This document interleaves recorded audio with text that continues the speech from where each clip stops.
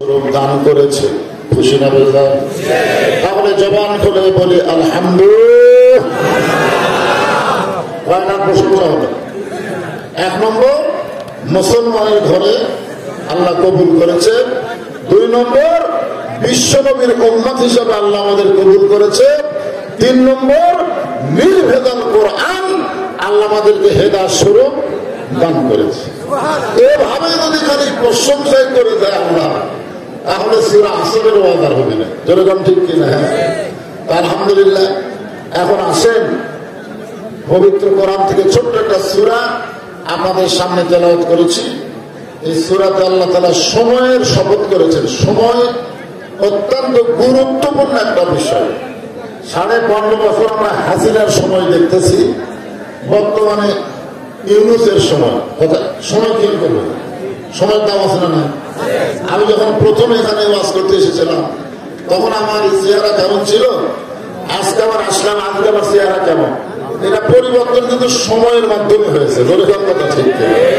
আল্লাহ তাআলা সময়ের শপথ করলেন। সময় অত্যন্ত গুরুত্বপূর্ণ একটা বিষয়।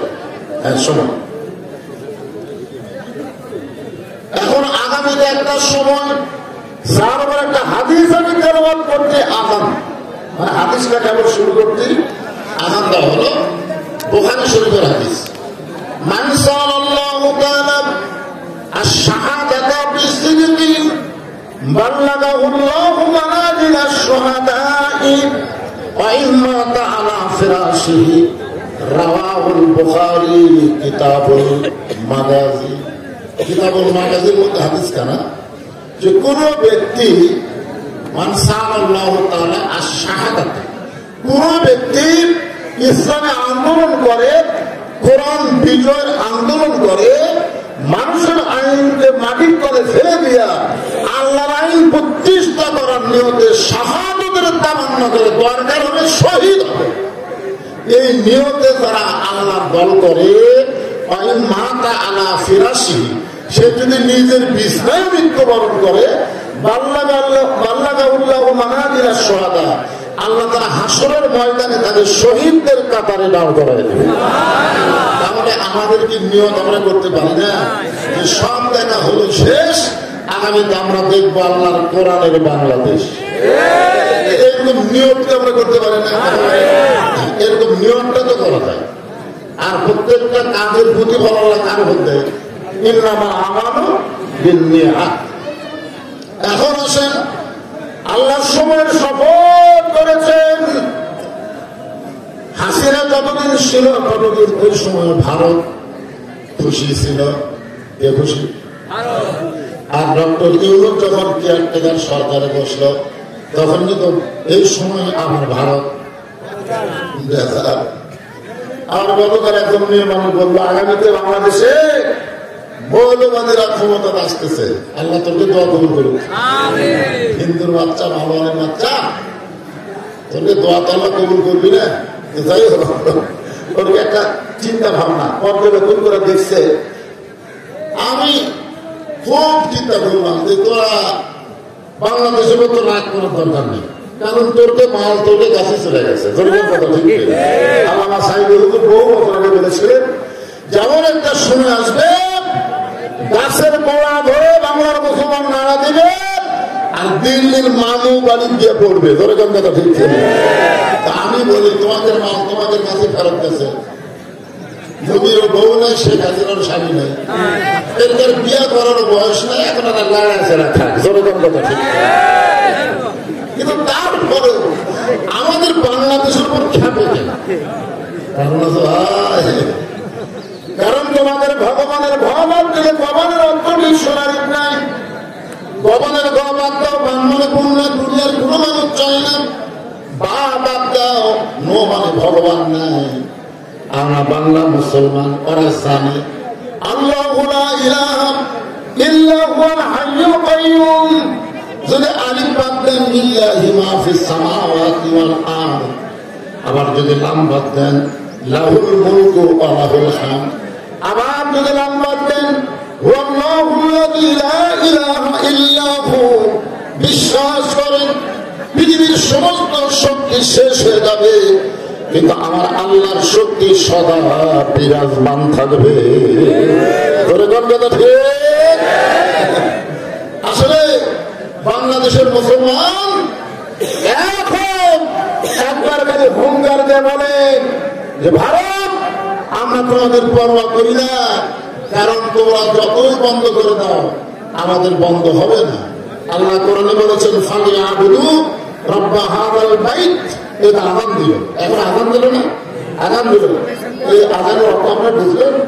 ফালিয়াবুদু রাব্বা হাযাল বাইত, এই ঘরের মালিকের তোমরা গোলামি করো, নামাজ পড়ো।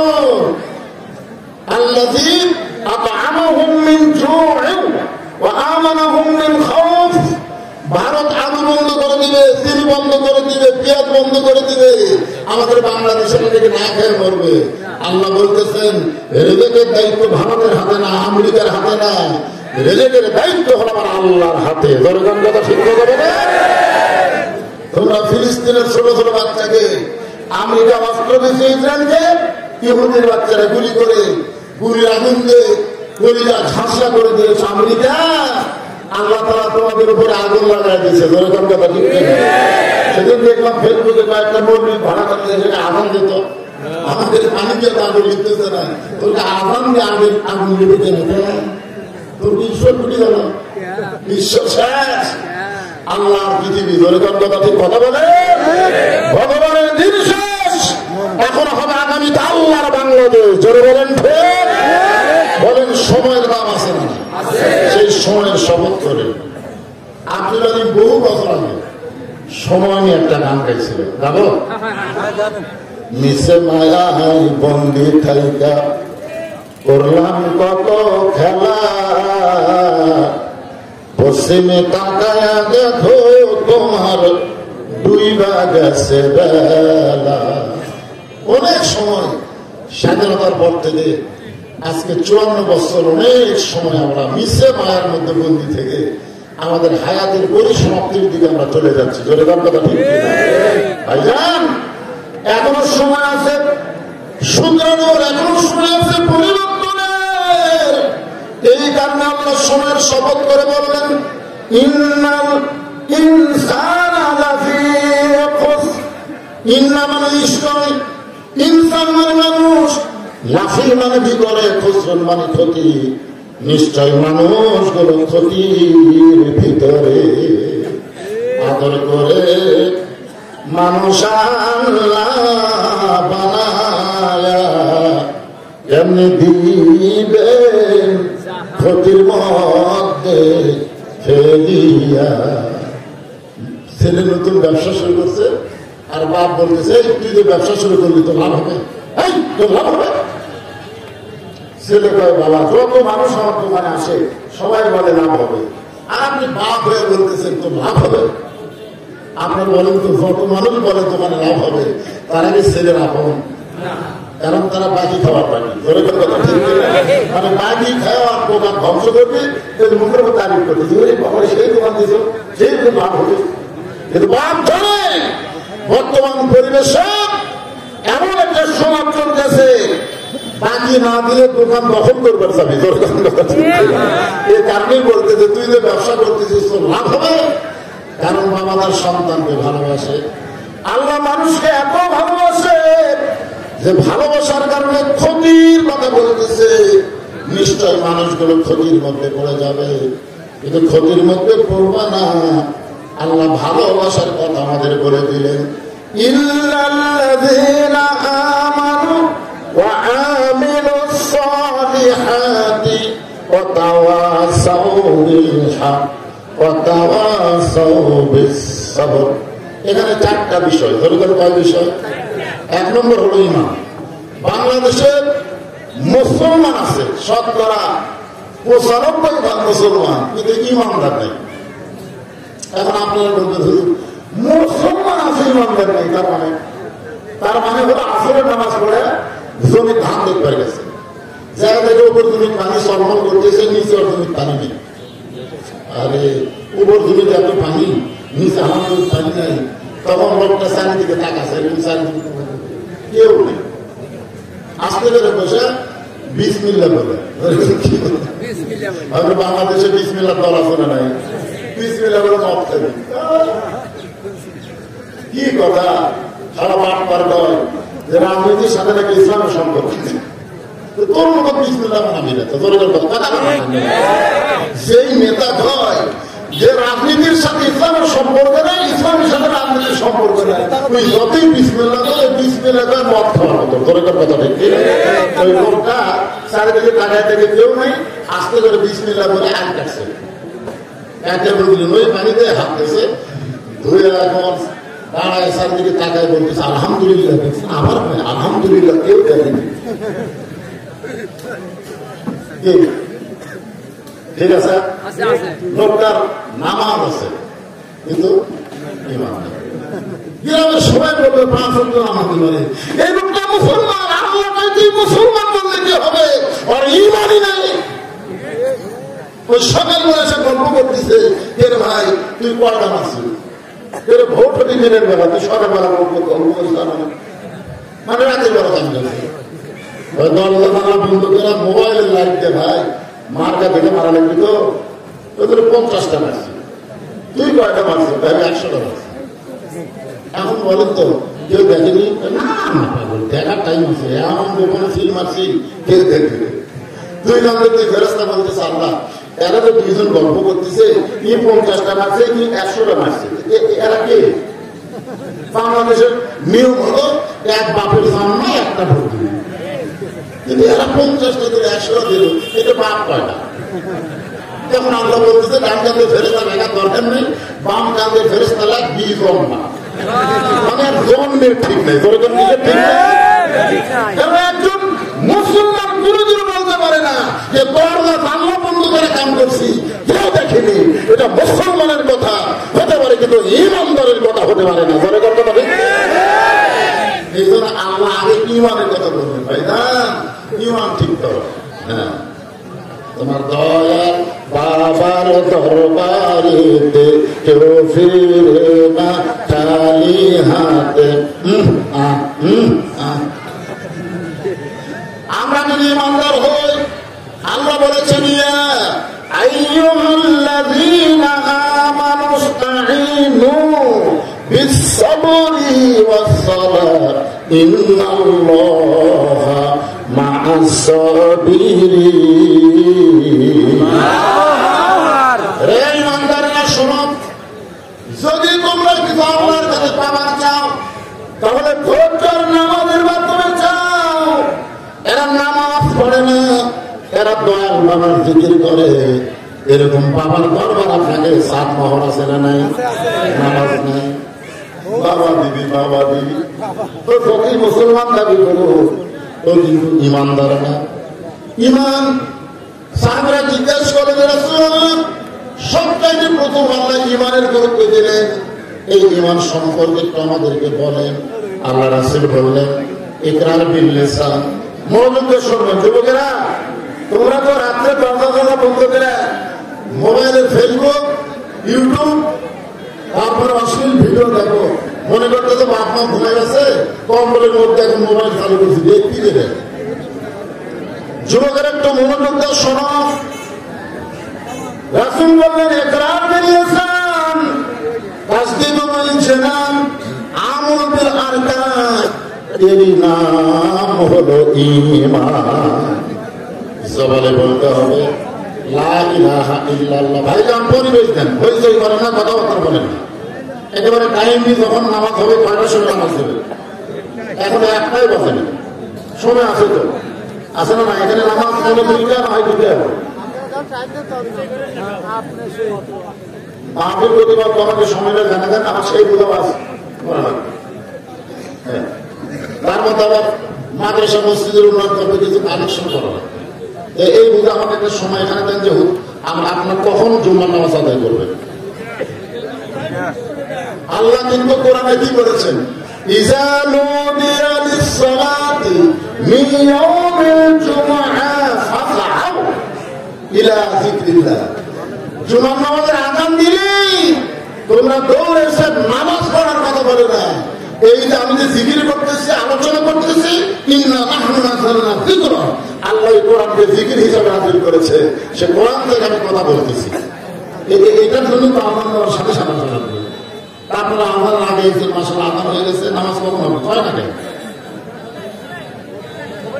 সব আমি কি নতুন বক্তা না, এমন বক্তা ধরে একটা সময় বলতে না, আমি তো সব সময় খুব মনোযোগের শুনবেন। লিসান সবাই বলতে হবে লা ইলাহা, সবাই বলেন লা ইলাহা ইল্লাল্লাহ। খুবই সহজ, জবানে লা ইলাহা ইল্লাল্লাহ বলা খুবই সহজ। অনেক দেখবেন লা ইলাহা ইল্লাল্লাহ জিকির করে আযান দিলে সাইড হয়, মানে জিকিরও তো আছে নামাজ পড়তে, এরকম আছে না? করে লা ইলাহা ইল্লাল্লাহ আমাদের এলাকায় যুদ্ধের সময়, এই 24 সালের যুদ্ধ না 71 যুদ্ধের সময় অনেক হিন্দুরা জিকির করছে আমার এলাকায়। পাকিস্তানে আমি দেখলি বলা লাগেনি, আর আপন ইচ্ছায় জিকির শুরু করছে লা ইলাহা ইল্লাল্লাহ, লা ইলাহা ইল্লাল্লাহ, লা ইলাহা ইল্লাল্লাহ।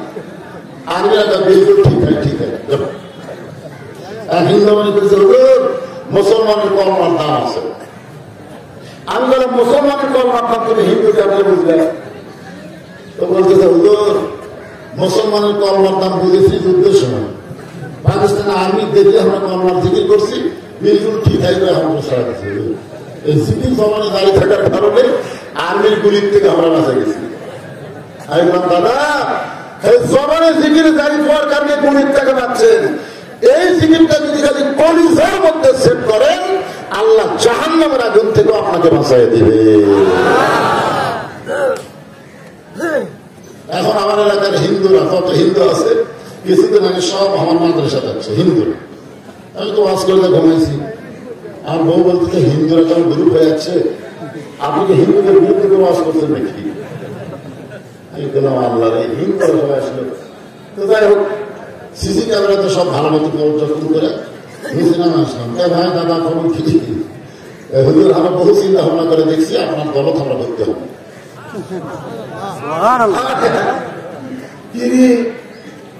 হুজুর দেখছি, হুজুর স্বাধীনতার পর থেকে দেখতেছি এবার ডাক্তার শফিকুর রহমান যে বক্তব্য দিচ্ছে আমরা শুনতেছি, আর আমাদের সঙ্গে ভালো করতেছে। আমরা আর অন্য দলত থাকবো না, হিন্দু হতে পারি কিন্তু আপনাদের দল করবো। কারণ কোরআনের শাসন চালু হলে খালি মুসলমানের লাভ হবে না, সব ধর্মের মানুষ উপকার পাবে। জোরেকার কথা ঠিক কিনা? কতগুলো বিএনপি আর কতগুলো আওয়ামী লীগ এরকম এটা হিন্দুর উপর কিন্তু ভুলবার কি বোঝার দরকার আছে না? এটা কি কোনো দলের কিতাব? এটা কোনো দলের কিতাব? এটা আমাদের কেন এক দলের জন্য বলেন? আজকে অনেকেই বলতেছে যে বক্তারা মাছ করে সে একটা দলের প্রচার করে। আমরা কোন দলের প্রচার করি না, আমরা আল্লাহর কথা বলি। যেই দলের পক্ষে যাবে বলবেন সেটাই আল্লাহর দল। এক দল খাবে আর এক দল খাবে, এইটুকুই মিজানুর রহমান করে বলছে। আর বেশি বলছে তোরা ধারণ দিবি বল নাম তো ধরে নেয়, তার মানে ঘরের মধ্যে কেড়ে আমি কলা খাইনি, কলার কথা উঠিনি। কথা বুঝতে পারতেছেন না? কোরআন এমন একটা কিতাব যেখানে বলা হয়েছে হুদাল লিন্নাস, মুত্তাকির কথা বলা হয়েছে, আবার সব মানুষের কথা বলা হয়েছে। সমস্ত মানুষের জন্য আল্লাহ কোরআনকে হিদায়াত স্বরূপ প্রেরণ করেছে। ধরে বলেন সুবহানাল্লাহ। ভাইজান একটু খেয়াল করবেন, তাসদিক বিল জানান কবিরার মধ্যে যখন ঈমান যাবে, ওই মুসলমানের কাছে জীবনের চাইতে ঈমানের গুরুত্ব বেশি হবে। এখন আমার সামনে যারা বসে আওয়াজ শুনতেছেন, আপনাদের কাছে আমি জানতে চাই, আপনারা অন্তর থেকে বলবেন আপনাদের কাছে জীবনের গুরুত্ব বেশি না ঈমানের গুরুত্ব বেশি?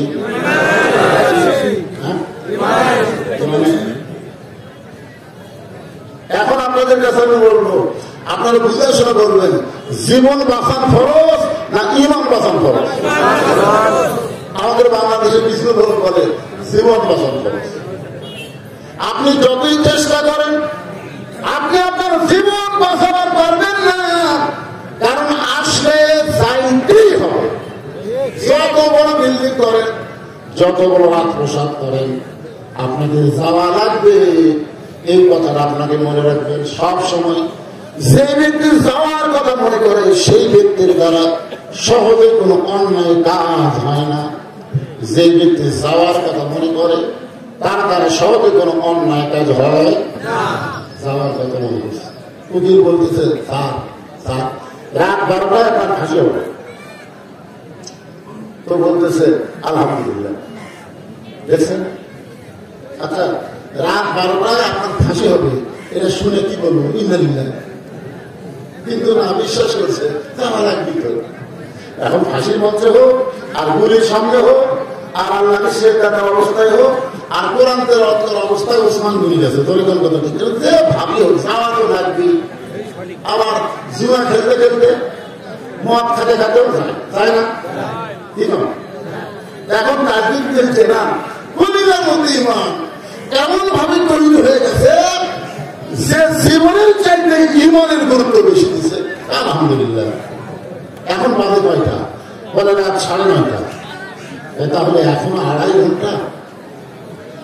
ঠিক আছে ভাই, না তুমি যাও, আমি 2 ঘন্টা ঘুম পারি। 2 ঘন্টা ঘুম পড়ার পর আমি যদি চেতন না পাই, তুমি আমাকে চেতন করে দিও। উকিল গাই মানুষ কেন? এই মানুষ যার রাত 12টায় ফাঁসি হবেই, তাই বলে 2 ঘন্টা ঘুম পারে। উকিল মনে করছে ফাঁসির চিন্তায় লোকটা পাগল হয়ে গেছে। 2 ঘন্টা পরে উকিল ফাঁসির কন্ডম ছেড়ে ঢুকে দেখে আল্লাহর বান্দার নাক দেখে ঘুম পাড়তেছে। উকিল ঘড়ির দিকে তাকে দেখে আর মাত্র 8 ঘন্টা। 8 ঘন্টা পর ফাঁসি হবে, পায়ে আঙ্গুলি নামায়া চেতন করেছে। লাভ থেকে বলতেছে ভাইজান ফাঁসির সময় কি হয়ে গেছে? বলে স্যার এখনো 8 ঘন্টা আছে। বলে 8 ঘন্টা যদি থাকে তাহলে আমি ওযু করে একটু নামাজ পড়তে চাই। তাজদিদ জেনার কারে বলে ওযু করে 2 রাকাত নামাজ পড়ে, কোরআনে 2টা সূরা তেলাওয়াত করে, সূরা নূর, সূরা মুদাম্মিল, 2টা সূরা তেলাওয়াত করে বলে ভাইজান আমার এই পড়ানোর ছেলের মধ্যে আমার 5টা পাঞ্জাবি আছে, তুমি দেখো তো এই 5টা পাঞ্জাবির মধ্যে সবচাইতে নতুন ভালো কোনটা? বলে স্যার এইটা। সেই পাঞ্জাবিটা গায়ে দিয়ে আদর সুন্দর লাগে, মাথার চুল হাসছে। উকিল বলে 12টার সময় আপনার ফাঁসি হবে, আপনি আপনার চেহারা নিয়ে কোথায় যাবেন? আপনি কি শ্বশুর বাড়ি যাবেন না আপনার জামাই বাড়ি যাবেন? আল্লাহর বান্দা মুস্কি মুস্কি হাসেন, বলে রে উকিল ফাঁসি হবে আমার, তুমি কান্দো কেন? কারণ ঘুমের মধ্যে আল্লাহ পাক আমার ইমানের কারণে আমার জানাইছে ফাঁসির মাধ্যমে আল্লাহ তাআলা আমাকে জান্নাতে আহ্বান করতেছে। লিমান ইউকতালু ফি সাবিলিল্লাহি আমাতুন বাল আহইয়াউ ওয়ালাকিন লা তাশউরুন। আল্লাহ রাস্তায় যাদেরকে ফাঁসি দেওয়া হলো, আল্লাহ রাস্তায় যাদের অন্যায়ভাবে হত্যা করা হয় তাদেরকে তোমরা মৃত্যু বলো না, আমি আল্লাহ বলতেছি তারা জীবিত। আমার গ্রামের সম্পর্কে চাচাতো ভাইয়ের ছেলে হয়েছে, আমার কাছে হুজুর আপনি আলেম মানুষ, আমার বহুদিন পর একটা ছেলে হয়েছে, ছেলের একটা ভালো নাম না, কিন্তু আমি তখন বললাম তোমার ছেলের নাম রাখো আবুল সাইদ। যে বলছে আবুল সাইদ, আমার ওই সম্পর্কে ভাই আমাকে 500 টাকা দিয়ে বলতে যে হুজুর এটা আপনার হাতে। আমি এই নাম খেয়াল করে ফেলি, ছেলেটার নাম রাখলাম আবুল সাইদ। এখন আমার এই গ্রামে কিছুদিন পরে ওই লোকটা আমার কাছে বলতে হুজুর আপনার কথা মতো 500 টাকা হাতিয়ে দিয়ে আমার ছেলের নাম রাখলাম আবু সাইদ। উত্তর পাড়া আর একটা ছেলের নাম আবু সাইদ। এখন বলেন একই গ্রামে দুটো কেন হয়? আপনি একটু বলেন হুজুর আমার ছেলের নাম তো আবু সাইদ পাল্টায়। আমি দিলাম না, বললাম কেন ভাই আমি আবু সাইদ একটা নাম রাখছি, তুমি আবার একটা আবু সাইদ দিয়ে রাখলে আপনি ক্ষতি আছে। সরকার হলে প্রত্যেকটা ছেলের নাম দিয়ে তারা ভোট দিবি, হয় আমি মানে মুক্ত মানে আবু সাইদ। আপনার অসুবিধা কি? আমি শরীর ভাইকে আবু সাইদ রে তুই বলিস রে, এখন বাংলার ঘরে ঘরে তোর জন্ম হবে, তোর কথা ঠিক কিনা? আমার এক খানা দুঃসম্পর্কে খালার মেয়ের একটা মেয়ে হয়েছে, খালার নাতনি, অনেক বছর পরে আমার এটা বাবা ভুলের মানুষ, এটা ভালো নাম হতো আমার নাতনির নাম। আমি বললাম খালা চিন্তা ভাবনা দরকার না, হাজিরা নাম মোবাইল কথা হচ্ছে। খালা 30 সেকেন্ড কোনো কথা কয় না। আমি বললাম খালা কি খবর, খালার নাম পছন্দ, আলেম না বলেন রে, আমি তোর কাছে একটা ভালো নাম শুনবার পেলাম, আপনি খুনি হাজিরা নাম দোষ।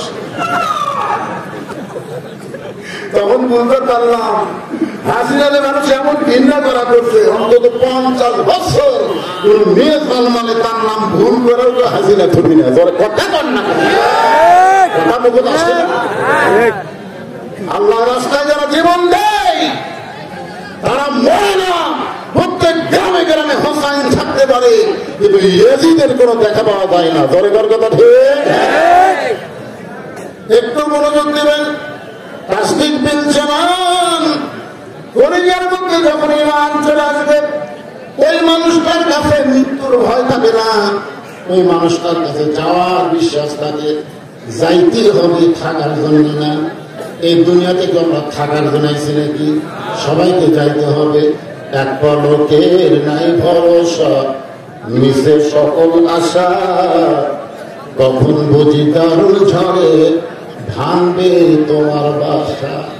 তাসদিক বিল জানান, আমার মায়েরা যারা পর্দারণ করবে একটু মনোযোগ শোনেন। গভীর নবীর কলিজার টুকরা মেয়ে ফাতেমা স্বামীকে বুকের মধ্যে নিয়ে কাঁদতে। আলী বলে ফাতেমা কান্দার কারণ? বলে কান্দার কারণ হলো আজকে আল্লাহ তাআলা আমার মৃত্যু দিবে, আল্লাহ আজকে আমার মৃত্যু দিবে।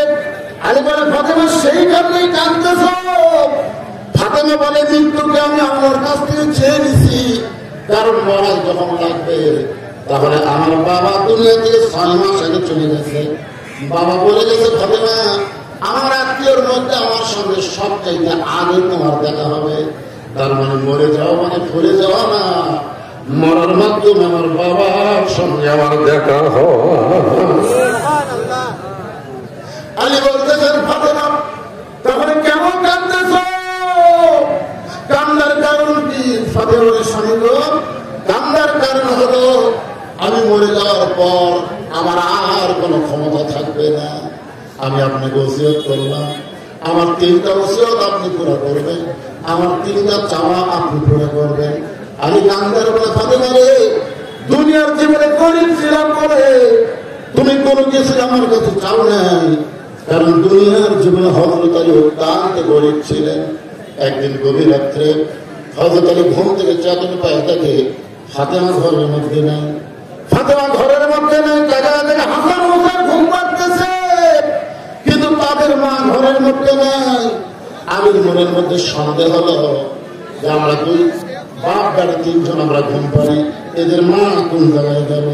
দরজায় তাকে দেখে ফাতেমা মরুভূমির মধ্যে কালো চাদর মাথায় দিয়ে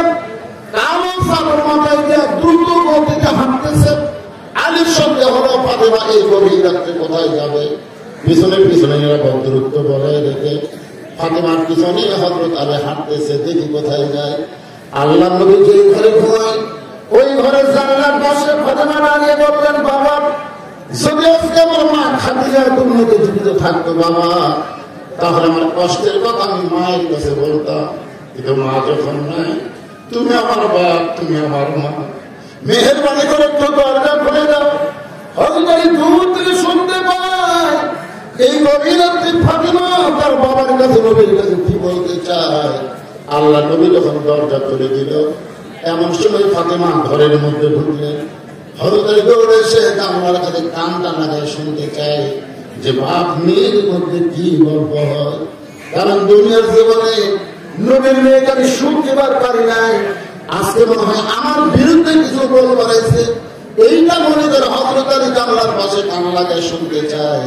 কিন্তু শুনতে ভাই ফাতেমা বলতেছে বাবা একটু ঘরের মধ্যে অন্ধকার, আপনি আলো জ্বলুন বাবা। রাসূল বলে ফাতেমা কি বলতে চাস? তাড়াতাড়ি বল, তাড়াতাড়ি বল। ফাতেমা বলতেছে বল বহুদিন বলেছি, কিন্তু বলার কোনো কাম হয় নাই, আজকে আপনাকে একটু আমি দেখাবার চাই। রাসূল যখন ঘরের বাতি জ্বালাইলেন, ফাতেমা দুইটা হাত বাবার দিকে এভাবে বাড়াই দিলেন। আল্লাহ নবী বাতির আলোকে দেখতে পাই ফাতেমার হাতের তালুর উপরে কোনো চামড়া নাই, দুইটা হাত রক্তের টুকরার মতো লাল দিকে। নবী বলে ফাতেমা এইরকম হওয়ার কারণ? বলে বাবা এমন একটা গরিবের সঙ্গে আমার বিয়ে দিলে যে সংসারের কোন প্রয়োজন মিটাবার পারে না, সবসময় নামাজ নিয়ে থাকে, জিহাদ নিয়ে থাকে, দাওয়াত নিয়ে থাকে। ও বাবা আপনি আমার একটা জাতা দিয়েছিলেন, ওই জাতা ঘুরাইতে ঘুরাইতে জাতা পুরাতন হয়ে গেছে, এখনো ঠিক মতো ঘুরতে চাই না, জোর করে যখন ঘোরাবার চাই হাতে ফসকা পড়ে গেছে। এরপরে যখন জাতা ঘুরায় হাতের ফসকা ফাইটা আমার চামড়া উঠে গোস্ত বের হয়ে গেছে। রাসূল বলে ফাতেমা তুই আমার কি বলতে চাস না? ফাতেমা বলে বাবা হাসান হোসেন ঘুম পাড়তেছে, তোর বাবা ঘুম পাড়তেছে, ঘুম থেকে যখন পাবে সকালবেলায় যখন খাবার যাবে তখন বলেন তো বাবা আমি যদি খাবার দিবার না পারি আমার হাসান হোসেন কাঁদবে, তার বাবাও কষ্ট পাবে। আমি একজন মেয়ে হয়ে বাবার কাছে একটু সাহায্য চাই। সঙ্গে সঙ্গে নবী ঘরের কোনায় গিয়ে বলে দুনিয়ার কত ধনী যুবকেরা আমার পরিবার টুকরা ফাতেমাকে বিয়ে করতে চাইছিল, কিন্তু আপনি আল্লাহ ফটক হয়ে এমন একটা গরিবের সঙ্গে বিয়ে দিলেন।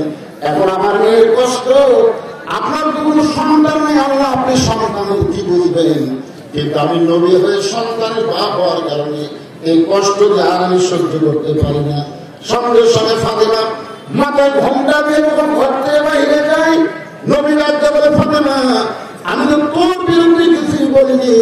ফাতেমা বলতেছে বাবা আমার বিরুদ্ধে বলেন নাই, কিন্তু আমার স্বামীর বিরুদ্ধে বলেছেন। আপনি বলেছেন ফাতেমা রে আল্লাহ ছাড়া কাউকে যদি সেজদা দেওয়ার হুকুম থাকতো তাহলে প্রত্যেকটা বিবিকে বলতাম স্বামীর মা সেজদা করো। এই কথা বলার পর থেকে আমি ফাতেমা আমার আল্লাহর করে আমার স্বামীকে সবচাইতে বেশি মহব্বত করি। বাবা আমার স্বামী দিবার পারে না, আমার স্বামী গরিব হইতে বলে আপনি আল্লাহর কাছে ফরিয়াদ করতেছেন, আমার কোনো কিছু দরকার নাই, এই হাতে আমি যাতা ঘুরাবো বাবা, আমার কোনো সাহায্য লাগবে না। এই দৃশ্য দেখে হজরতের কান্দে আল্লাহ এমন একটা বউ ঘরে দিয়েছে, এমন একটা বউ পাইছে আল্লাহ এত কষ্টের পরে স্বামীর প্রতি কোনো অভিযোগ করে না। আলী বলে ফাতেমা রে দুনিয়ার জীবনে কিছুই চাইলে না, চাইলে কষ্ট পাবো, আজকে গভীর রাত্রে মারা যাবে, তুমি কি চাইবা ফাতেমা? বলে 1 নম্বর চাওয়া হলো রাতের অন্ধকারে আপনি আমাকে দাফন করবেন। আমার 2 নম্বর চাওয়া আমার কোনো জানাবার ব্যবস্থা করবেন না। আলী বলে ফাতেমা তোমার মৃত্যুর খবর শুনে হাজার হাজার মানুষ জানাজায় সামিল হবে, আর তুমি কেন জানাজা চাও না? ফাতেমা বলতেছে আমার ঈমান ইয়াকিনের পর্যায়ে পৌঁছে গেছে, তাসদীক ফিরছে না।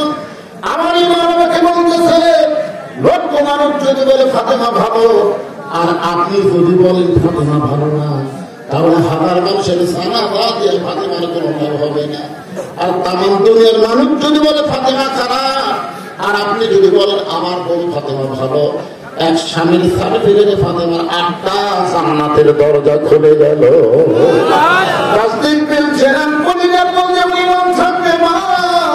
তখন আপনার চেহারা পর পুরুষকে দেখাবার পারবেন না, শুধু স্বামীর জন্য নিজের চেহারা নিজের ইজ্জত আপনি অক্ষ করে দেবেন। স্বামী ছাড়া অন্য কারোর জন্য সাজগোজ করা চলবে না। ওগো স্বামী আমার 2 নম্বর 3 নম্বর চাওয়া হলো আমার লাশটা খাটনিতে তুলবেন না। 1 নম্বর চাওয়ার আগে অন্ধকারে দাফন করবেন। 2 নম্বর চাওয়া হলো জানাজা রাখবেন না। 3 নম্বর চাওয়া হলো লাশটা খাটনি তুলবেন না। আপনি শুধু আমাকে কবর দিয়ে আল্লাহর কাছে দোয়া করবেন আল্লাহ যেন ফাতেমাকে কবুল করে না। তবে আপনার যদি কবর খুঁজতে কষ্ট হয় তাহলে আপনার একান্ত বন্ধু যদি কেউ থাকে তার একটু বলবেন সেদিন গোপনে ফাতেমার কবরটা খনন করে দেয়। কিতাবের মধ্যে তাবুকের বিপরীত কবর খনন শুরু করলেন। এক সময় আবেগে বলতেছেন কবর, দিনের বেলা কবর না করে রাতের বেলা কবর খুঁড়তেছি, তুই কি বলতে পারিস আজকে তোর মধ্যে যাকে দাফন করা হবে আল্লাহ নবীর মেয়ে হওয়ার পরে নবীটাকে মায়ের মতন ইজ্জত করেছে। কবরকে আপনি করবে না, তোর মধ্যে এমন একজন মাকে রাখা হবে যার দুইটা সন্তান জান্নাতি যুবকদের সন্তান হবে। কবর বেয়াদবি করিস না। এই বলে কবর ধরতে ধরতে সময় আবু জাহল ঘরে বলে, কবর তোর মধ্যে এমন একজন বিবিকে রাখা হবে যার স্বামী হওয়া কবর খবরদার বেয়াদবি করিস না। সঙ্গে সঙ্গে কবরের ভিতরে আপনারা যেন মনে করেন না এই কথাটা ফাতেমাকে লক্ষ্য করে বলেছে। এটা ফাতেমা না, আমরা যারা কবরে যাব আমাদের সবাইকে লক্ষ্য করে কিন্তু বলা হচ্ছে। এই কবর কার মেয়ে, কার মা, কার বাবা, কার বিবি, এইটা কবর দেখবে না। কবর দেখবে আমল যদি ভালো হয় কবর জান্নাতের বাগান হয়ে যাবে, আর আমল যদি খারাপ হয় কবর জাহান্নামের গর্ত হয়ে যাবে। এখন আপনারা বলেন, যদি ভালো আমল করে কবরে যাবার চান তাহলে এই কোরআনের বিকল্প কোন রাষ্ট্র ব্যবস্থা, কোরআনের কোন বিকল্প সমাজ ব্যবস্থা, কোরআনের কোন বিকল্প অর্থনৈতিক ব্যবস্থা যদি আপনি মানেন, যদি ওইটা না মান আন্দোলন না করেন, যদি না মানতে পারবে কিন্তু কোরআনের পক্ষে আন্দোলন করে যদি আপনি কবরে যান তারপরে কবরকে আল্লাহ জান্নাতের টুকরা বানায়া দেবে। দরকার হলে প্রয়োজনে আল্লাহর কোরআনকে বিজয়ের জন্য কারা কারা জীবন দিতে প্রস্তুত, তুই হাত তুলে আবার আল্লাহরে দেখা।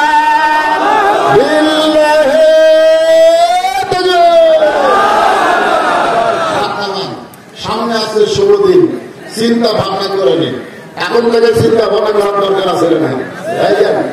এই মাহফিল কমিটির মধ্যে সবসময় একটা চিন্তা হয় যে বৈশিষ্ট্য দাওয়াতের হাজার হাজার মানুষ হয়, তা হাজার হাজার তো মানুষের হবে না।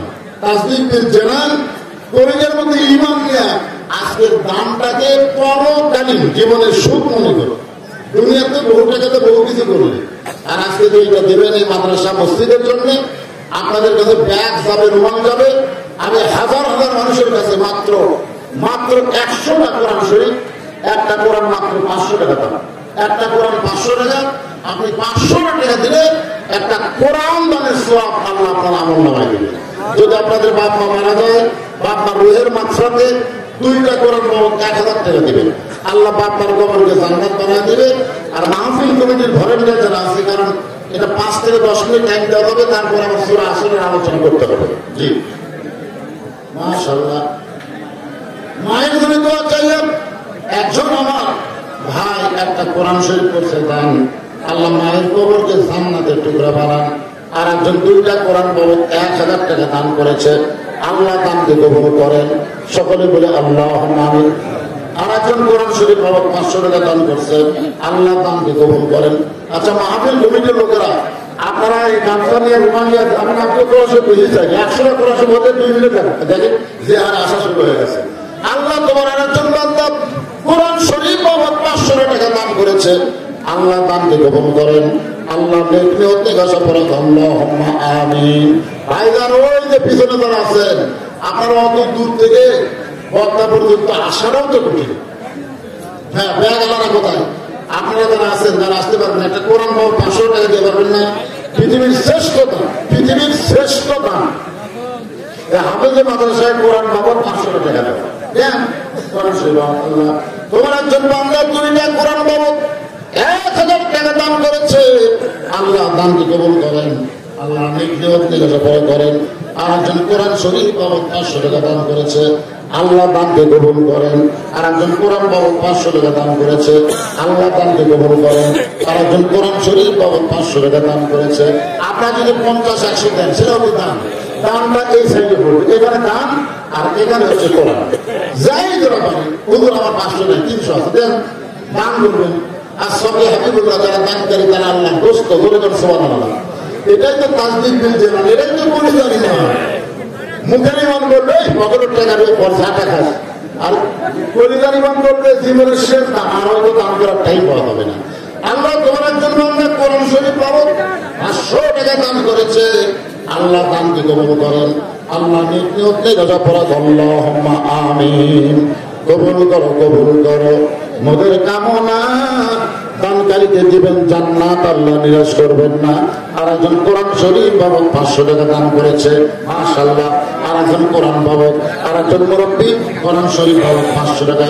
আল্লাহর একজন বান্দা 1000 টাকা দান করেছে, 2টা কোরআন বাবদ, আল্লাহ কবুল করেন। ছোট্ট একটা বাচ্চা 200 টাকা দান করেছে, আল্লাহ কবুল করেন। আর একজন কোরআন শরীফ বাবদ 500 টাকা দান করেছে, আল্লাহ কবুল করেন। আল্লাহর ওলির মাজার না এখানে, এর মহব্বত করে একটা করে কোরআন শরীফ দেন না খায় সবাই। আল্লাহর একজন কোরআন বাবদ 500 টাকা দান করেছে মায়ের জন্য, মাশাআল্লাহ, মায়ের কথা মনে করে কোরআন বাবদ 500 টাকা দান করেছে, আল্লাহ কবুল করেন। আর একজন কোরআন শরীফ বাবদ 500 টাকা দান করেছে, আল্লাহ আপনি কবুল করেন। ছোট্ট একটা বাচ্চা কোরআন শরীফ বাবদ 500 টাকা দান করলো। আল্লাহ তোমার একজন বাচ্চা যুবক কোরআন বাবদ 500 টাকা দান করলো, আল্লাহ দানকে কবুল করেন। আর একজন কোরআন শরীফ বাবদ 1000 টাকা দান করেছে, আল্লাহ কবুল করেন। আল্লাহর একজন বান্দা 120 টাকা দান করেছে, আল্লাহ দানকে কবুল করেন। আল্লাহ আর একজন কোরআন বাবদ 500 টাকা দান করলো। আর একজন তোমার নবীর এতিম মাদ্রাসায় 2টা কোরআন বাবদ 1000 টাকা দান করেছে, আল্লাহ কবুল করেন। আর একজন কোরআন শরীফ বাবদ 500 টাকা দান করেছে, আল্লাহ কবুল করেন। আল্লাহ এই ব্যাগের মধ্যে সবাই দিবে, সবাই দিবে, কিঞ্চিত হলেও দিবেন, কিন্তু বঞ্চিত করবেন। সবাই দেন, 10, 20, 50 ব্যাগের মধ্যে দিয়ে দেন। আল্লাহ তোমার একজন বান্দা কোরআন শরীফ বাবদ 500 টাকা দান করেছে, আল্লাহ কবুল করেন। আর একজন কোরআন শরীফ বাবদ 500 টাকা দান করলো, আল্লাহ তার দানকে কবুল করেন। আল্লাহ